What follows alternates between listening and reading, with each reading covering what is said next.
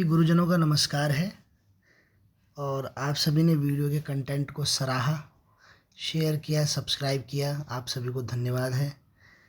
मैंने एक बैंक में एक बार लिखा हुआ पढ़ा था कि हमें आपकी शीघ्रता का सम्मान है, लेकिन शीघ्रता के लिए भी समय की आवश्यकता होती है। देखिए, आप सभी लोगों का मुझे लगातार मैसेज भी आ रहा है, काफ़ी लोग कॉल भी कर रहे हैं और आप लोग चाह रहे हैं कि सेकंड पेपर के ऊपर भी डिटेल डिस्कशन में एक वीडियो बनाई जाए और मटेरियल भी आप लोग चाह रहे हैं और मैं भी चाह रहा हूँ कि मैं आप लोगों के लिए ज़रूर आपकी रिक्वायरमेंट पूरी करता हुआ कुछ वीडियो और कुछ इस तरीके के मटेरियल पहुँचा पाऊँ, लेकिन इसके लिए थोड़ा सा आपको धैर्य रखना पड़ेगा, क्योंकि देखिए आना जाना बहुत सारे बिजीनेस इस बीच सभी लोगों के साथ चल रही है। तो इस समय बहुत कम टाइम मिल रहा है अपने आप के लिए भी। तो जल्दी ही मैं आप लोगों के लिए आपकी रिक्वायरमेंट पूरी करते हुए सारी चीज़ें मैं करूँगा, पर आप लोगों को थोड़ा मुझे टाइम देना पड़ेगा। और आपने मेरे यूट्यूब चैनल को काफ़ी काफ़ी सब्सक्राइबर दे दिए हैं, तो ये मेरा नैतिक दायित्व भी है कि मैं आप लोगों के लिए ज़रूर आपकी रिक्वायरमेंट के हिसाब से मेहनत करके कुछ ना कुछ नई चीज़ लेकर के आऊँ। इस बीच आज का जो हमारा चंद्रयान 4 का जो हमारी लेक्चर सीरीज़ का इंग्लिश में इडियम्स एंड फ्रेजेस वाला टॉपिक है, वो हम आज शुरू कर रहे हैं। तो इसमें देखिए, इसमें बाई फिट्स एंड स्टार्ट पहला है। By fits and start, by fits and start किसके लिए कहते हैं? ये कहते हैं इर्रेगुलरली के लिए। किसके लिए? ये कहते हैं इर्रेगुलरली के लिए, रुक रुक करके जो काम होता है। जैसे मतलब अगर हम इसको वर्ड में यूज़ करना चाहें सेंटेंस में, तो you are working in my office by fits and start बोल सकते हैं कि भाई तू तो यार हमेशा कभी आता है कभी नहीं आता है। तो आपका जो अप्रोच है वो बहुत कैजुअल है। इसको कहने के लिए हम एक इडियम का यूज़ करते हैं, बाई फिट्स एंड स्टार्ट। ठीक है। एक और पॉपुलर इडियम है, वो है flogging a dead horse. Flogging a dead horse का मतलब होता है किसी एक ऐसे काम में समय देना जो कि क्या है, यूजलेस है, मतलब wasting time in useless effort. आप एक ऐसे काम कर रहे हैं जिसका कोई नतीजा निकलना ही नहीं है, तो इसको क्या बोलते हैं? Flogging a dead horse. मतलब एक ऐसे घोड़े को खींच रहे हो जो मरा हुआ है। घोड़ा तो लोगों को खींच करके लेके जाता है, या हम घोड़े को खींच करके लेकर के जा रहे हैं। इसका मतलब कुछ कुछ ऐसा मिलता हुआ सा मतलब निकल रहा है। अगला देखिए, अ वाइट एलिफेंट। ये भी बहुत ज़्यादा यूज़ होने वाला है और ये आयोगों की सबसे पहली प्राथमिकता होता है। अ वाइट एलिफेंट, वाइट एलिफेंट किसे कहते हैं? एक कॉस्टली या फिर ट्रबलसम पोजीशन। देखिए, कॉस्टली एंड ट्रबलसम पोजीशन को सफ़ेद हाथी जिसे हम हिंदी में कहते हैं कि भाई ये तो बहुत सफ़ेद हाथी हो गया। मतलब कहाँ तो हमने इस गाड़ी को इसलिए ख़रीदा था कि ये हमारी ज़रूरत पूरी करेगी, और कहाँ अब हम इसको पेट्रोल दे के कभी इसकी मतलब रिपेयरिंग करा करके हमारा खर्चा ही बहुत ज़्यादा इस पर हो जा रहा है। तो ये हमारे लिए एक सफ़ेद हाथी हो गया, ये समझ सकते हैं। और एक वर्ड होता है क्या? Black sheep. ब्लैक शीप किसे कहते हैं? ये निकम्मा है। किसी को निकम्मा कहना है तो उसके लिए इंग्लिश में ब्लैक शीप कहते हैं। अब एक और नया फ्रेज़ है, इसे कहते हैं कोल्ड ब्लडेड। कोल्ड ब्लडेड का मतलब होता है किसी ऐसे आदमी के लिए जो कि क्या हो, बहुत क्रूअल हो, या फिर क्या हो, इमोशनलेस हो, अनइमोशनल आदमी को क्या बोलते हैं? जैसे बोलेंगे he is a cold blooded man. ठीक है ना। या फिर कोई सीरियल किलर हम देखते हैं कि वो लोगों को बस मारना जानता है, तो उसके लिए भी क्या वर्ड यूज़ हो जाता है? कोल्ड ब्लडेड यूज़ हो जाता है। अगला देखिए, बाई लीप्स एंड बाउंड्स। ये भी एक इंपॉर्टेंट पूछा जाने वाली चीज़ है, बाई लीप्स एंड बाउंड्स। बल्कि इसमें जितनी भी चीज़ें मैं लिखवा रहा हूँ, ये सारी की सारी चीज़ें जो हैं पूछी जाने वाली चीज़ें हैं। आप इनको बिल्कुल इग्नोर नहीं कर सकते, खासतौर से तब जबकि आपको आयोग की परीक्षाओं में बैठना है। तो बाई लीप्स एंड बाउंड्स का मतलब क्या होता है जी? Very quickly. हिंदी में इसके लिए वर्ड आता है दिन दुगनी रात चौगनी, जिसे कहते हैं ना कि ये चीज़ तो दिन दुगनी रात चौगनी प्रगति कर रहा है या बढ़ रहा है। जैसे हम बोलेंगे कि the price of golds are going up by leaps and bounds, तो इसका मतलब ये हो गया बहुत स्पीड से मतलब आगे बढ़ रही है कोई चीज़। इसी तरीके से एट वंस विट एंड। ठीक है ना। एट वंस विट एंड का मतलब जहाँ पे आदमी को कुछ सूझे ना, उसको कहते हैं एट वंस विट एंड। इसके लिए एक इंग्लिश में वर्ड आता है परप्लेक्स्ड या फिर कंफ्यूज्ड कह सकते हैं। ठीक है ना। तो I am at my wits end, ये बोल सकते हैं कि मैं तो बिल्कुल ही कंफ्यूज हो गया हूँ। I am at my wits end, ये वर्ड भी यूज़ कर सकते हैं। इसके बाद नेक्स्ट देखिए, ये है हॉब्सन्स चॉइस। हॉब्सन्स चॉइस का मतलब जब हमारे पास कोई चॉइस ही ना हो, no clear choice at all. ठीक है ना। तो उसको क्या बोलते हैं? Hobson's choice. जैसे हम क्या कह सकते हैं, आजकल हमारी इलेक्शन में ज़बरदस्ती ड्यूटी लग गई, तो हम बोलेंगे कि going for the election duty is an Hobson's choice for me. ठीक है ना। अब हमारे पास जब कोई चॉइस ही नहीं तो हमें तो इलेक्शन में जाना ही पड़ेगा। कटवाने की कोशिश करके देख लिए, टीवी जा करके बात करके आ गए, मगर अब जब कुछ हो ही नहीं रहा है तो finally it has become our Hobson's choice. ठीक है जी। इसके बाद आगे बढ़ें, die in harness. Die in harness मतलब कोई आदमी ऐसा है जो कि काम पे ही लगा रहता है, तो काम करते करते ही मर गया, जिसे कहते हैं काम करते करते मर गया। तो बोल सकते हैं कि he was a hard worker, he died in harness. तो ये वर्ड इसके लिए यूज़ हो सकता है, डाई इन हार्नेस या डाइड इन हार्नेस, जैसा भी मौका बनेगा, है ना। इसके अलावा डाई इन हार्नेस का मतलब डाई एट वर्क जिसे हम कह रहे हैं। ठीक है। फेयर फेदर फ्रेंड्स, ये भी बहुत कॉमन यूज़ होने वाली चीज़ है, जिसे हम हिंदी में बोलते हैं सुख के सब साथी। नहीं कहते हैं सुख के सब साथी दुख में ना कोई। तो ये हो जाएगा कि एक ऐसा फ्रेंड जो कि गुड टाइम का फ्रेंड हो, फ्रेंड ऑफ गुड टाइम। ठीक है ना। तो इसको बोलेंगे फेयर फेदर फ्रेंड, सुख का साथी। और एक और आता है, a friend in need is a friend indeed. इसका क्या मतलब हुआ कि एक वास्तविक दोस्त वही है जो ज़रूरत पे ही मदद में ही आए, है ना। अ फ्रेंड इन नीड, जो ज़रूरत में यूज़ आए, है ना, तो उसको बोलते हैं अ फ्रेंड इन डीड, वही वास्तविक दोस्त है। ठीक है। आगे बढ़ेंगे, emerge out of the air. Emerge out of the air का मतलब अपीयर सडनली। इसको क्या कहेंगे, अपीयर्स सडनली, मतलब एकदम से प्रकट हो जाना जिसे कहते हैं ना। तो इसे बोलेंगे इसे इंग्लिश में हमने बोला है इमर्ज आउट एट एयर, जो भी है ना। मेक वंस फ्लैश क्रीप, ये भी एक वर्ड यूज होता है। क्या, मेक वंस फ्लैश क्रीप, इसका मतलब क्या होता है जी, हॉरीफाइंग। इसका मतलब होता है बहुत हॉरीफाइंग। जैसे हमने कहते हैं खाल खींच देना, तो खाल खींच देना मतलब इतना ज़्यादा भयभीत हो जाना या इतना परेशान कर देना किसी को, तो उसको बोलेंगे मेक वंस फ्लैश क्रीप, ये वर्ड आ जाता है इसके लिए। नेक्स्ट आ जाएगा जी pros and cons. Pros and cons भी बहुत जनरली यूज आता है किसी चीज़ की, क्या, फॉर एंड अगेंस्ट के लिए। किसके लिए, एडवांटेज डिसएडवांटेज के लिए, मेरिट डिमेरिट्स के लिए, फॉर अगेंस्ट के लिए प्रॉस एंड कॉन्स यूज करते हैं। अ red letter day. A red letter day मतलब इसका मतलब लाल रंग का दिन नहीं है, वो एक इम्पॉर्टेंट दिन है। क्या, एन इम्पॉर्टेंट डे को क्या बोलते हैं, रेड लेटर डे। मतलब जैसे हम 15 अगस्त को, 26 जनवरी को एक इम्पॉर्टेंट डे बनाते हैं ना, तो वही हमारा an important day a red letter day कहलाता है।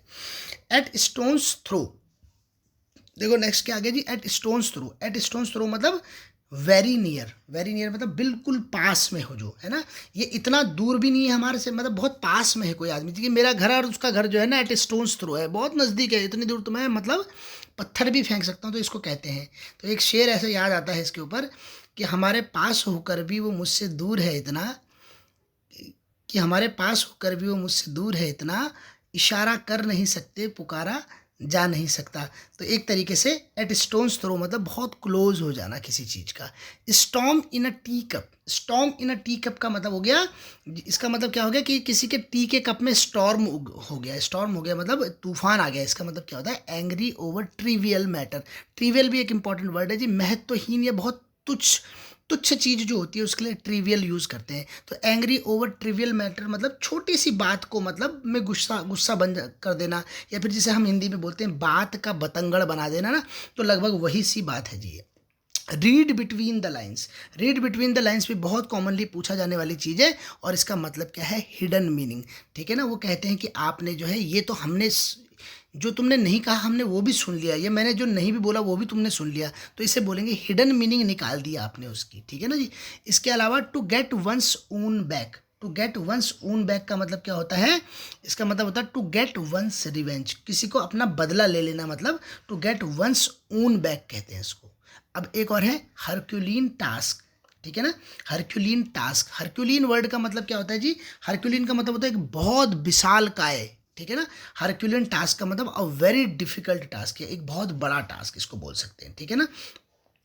तो ऐसा work which requires great efforts इसको कह सकते हैं। देखो ट्रॉय मूवी हमने एक देखी थी, ट्रॉय मूवी में क्या होता है, उसमें ब्रैड पिट जो होता है वो एक योद्धा का कैरेक्टर प्ले करता है ना, हरक्यूलिस उसका नाम होता है। तो हरक्यूलिन मतलब एक बहुत वैसा, मतलब जटिल जिसे कह सकते हैं। ठीक है ना। तो ये हो सकता है। इसके अलावा ये भी बहुत पूछा जाने वाला है, at snail's pace. At snail's pace या एट स्नेल्स स्पीड इसके लिए बोल सकते हैं। इसका मतलब होता है वेरी स्लोली, बहुत कछुए की चाल से, जिस बात को कहते हैं कि इस काम की प्रगति तो क्या हो रही है, बहुत कछुए की चाल से हो रही है। हम कहेंगे कि यार हमारे यहाँ विभाग में प्रमोशन जो है ना कछुए की चाल से एट स्नेल्स स्पीड होता है। अब स्नेल्स स्पीड तो क्या बोलें, यहाँ तो होता ही नहीं है बोल सकते हैं। तो ये मतलब कहने का मतलब है, ये उपमा जिसे कह सकते हैं कि ये उस तरीके की उपमा है। और साथ साथ एक बात भी मुझे ध्यान आ रही है, एक मैम का मुझे मैसेज आया था फ़ोन पर, वो पूछना चाह रही थी कि अब इतनी सारी रिट लगी हुई है सर, तो मतलब होगा क्या, इस प्रिंसिपल की भर्ती का होगा क्या, ये बंद तो नहीं हो जाएंगी मतलब। तो मैडम से भी मेरा यही कहना था और आप सबसे भी मेरा यही कहना है कि देखो अब इस बारे में क्या हम सोच सकते हैं, इस बारे में तो हम कुछ भी नहीं सोच सकते, है ना। ये बात तो हमारे हाथ की बात है ही नहीं, और जिस बात में हमारे हाथ की बात नहीं, जिसमें हमारा बस नहीं चल सकता, उसमें सोचना भी बेकार है ना। तो हम लोगों को दो तरीके के नज़रिए हैं, देखिए एक ऐसे नज़रिए हैं जिनको कि इस पे मौका नहीं मिला प्रिंसिपल की भर्ती के लिए, है ना, तो वो तो भगवान से दिन रात यही प्रार्थना मांगेंगे और मांगनी भी चाहिए कि भगवान ये भर्ती कैंसिल हो जाए या फिर किसी तरीके से हमें मौका मिल जाए। और दूसरे ऐसे भाग्यशाली लोग हैं जिनको कम से कम एग्ज़ाम देने का मौका, वो भविष्य में क्या होने वाला है वो तो भविष्य ही बताएगा, लेकिन वो ये चाहेंगे कि भगवान इस बार ये निपट ही जाए मामला, ठीक है ना।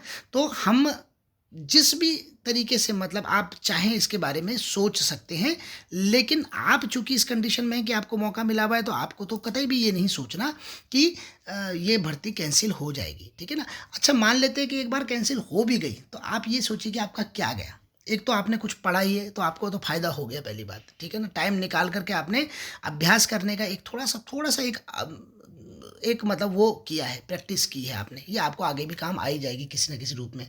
साथ साथ आपका क्या कोई भी नुकसान नहीं हुआ, आपका 2-4 दिन आपने कुछ वीडियो सुने हैं, एक दो थोड़ा बहुत खर्चा आपका, थोड़ा बहुत कुछ भी मतलब मामूली सा, आपका कोई नुकसान नहीं हुआ मेरे ख्याल से।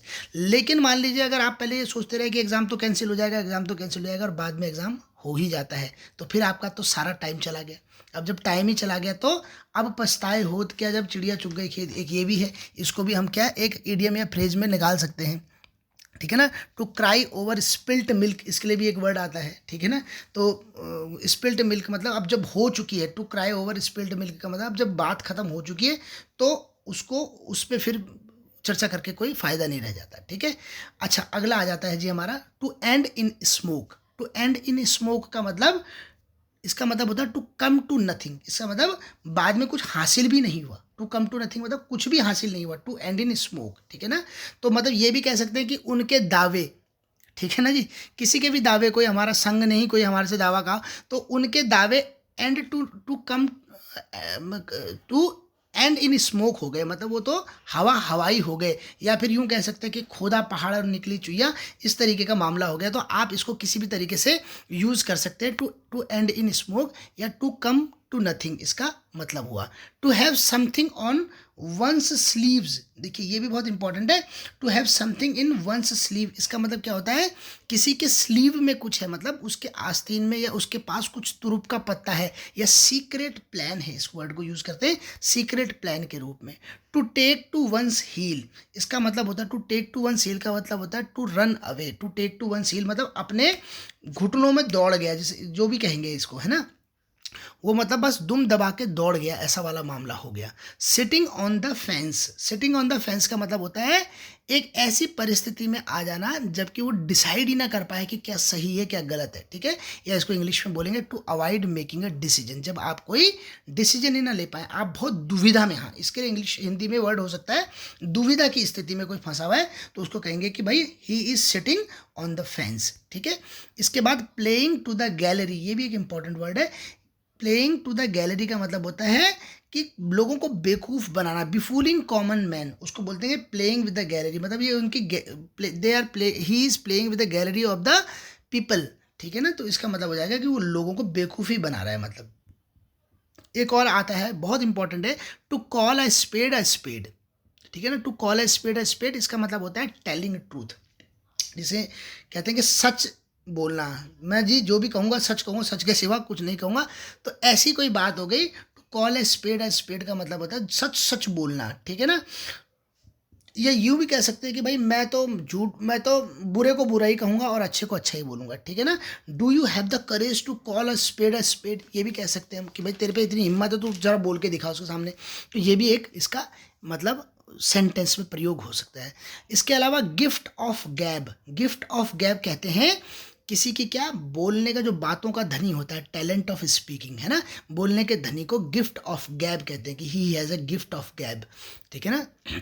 इसके बाद क्रॉस स्वॉर्ड, क्रॉस स्वॉर्ड मतलब तलवारें खिंच जाना, जैसे हिंदी में कहेंगे तलवारें खिंच जाना, मतलब ये दोनों एक बात पे नहीं आएंगे, एक पेज पे नहीं आएंगे, मतलब ये अगर दाहिने की बात करेगा तो ये बाएं की बात करेगा। तो हम यूं भी कह सकते हैं, जैसे मान लो कि the principal and the vice principal have crossed sword at every meeting, या कुछ भी बात कह सकते हैं, एट एवरी मैटर, वो उनकी मतलब आपस में एक दूसरे की खिंचाई करते रहते हैं वो, तो इसको कह सकते हैं क्रॉस स्वॉर्ड, ठीक है।